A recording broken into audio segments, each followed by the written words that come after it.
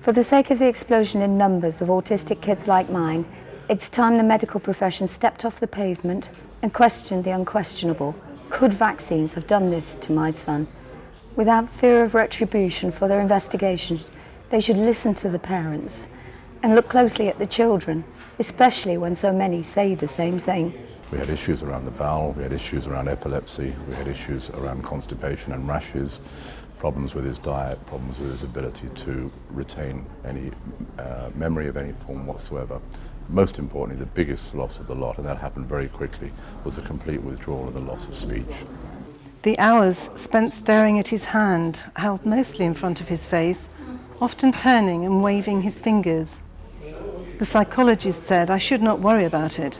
It was not a problem, she said, unless he was still doing it when he was 5. Well, he had the MMR on the Wednesday, and on the Saturday he was very unhappy and had extremely loose, bright yellow diarrhoea, which continued after that for about 3 years, 4 years. Then the argument will flare up and the shouting will about dealing with John. The accusations will be thrown at me.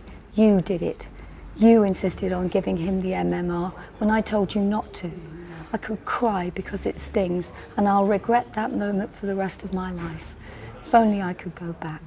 They are evidence. They are evidence that will not go away.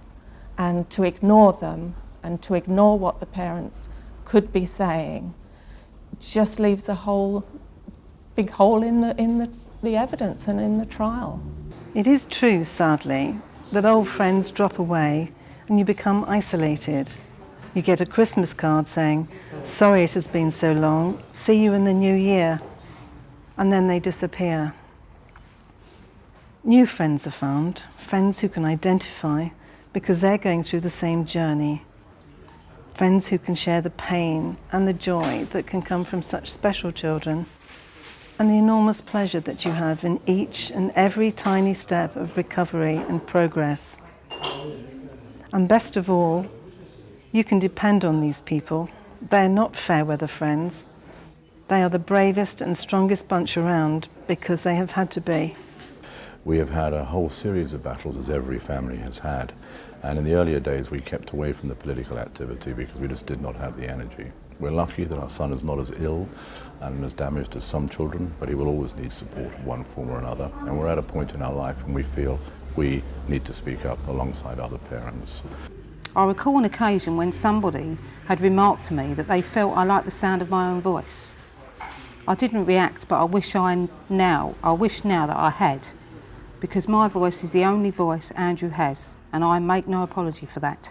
The day before my son had his first investigation at the Royal Free Hospital, he was examined at another leading London hospital by the head of the paediatric department, who felt his gut in relation to my talking about his appalling abdominal pain, which was going on relentlessly day and night, and said, let's eliminate constipation. No, he's perfectly clear on physical examination. And the very next morning at the Royal Free, under the expertise of Dr. Simon Murch, he was sent down for an abdominal x-ray, and they found that his descending colon was completely packed, and there was an obstruction the size of a newborn baby's head in his bowel.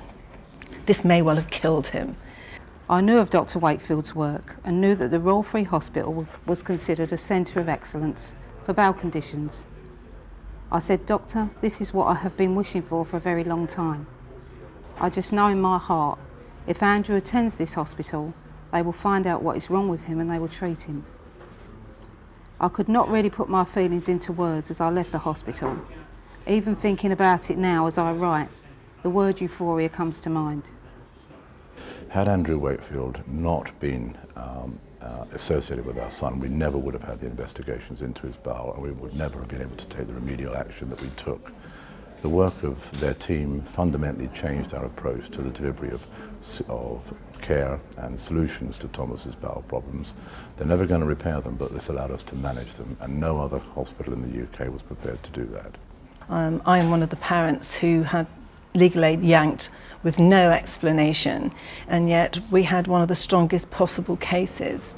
My son's drastic decline as compared to his early years was very clearly marked and documented in the NHS own medical notes. It was irrefutable. And then coupled with the investigations and the tests, you know, it was such a clear-cut case.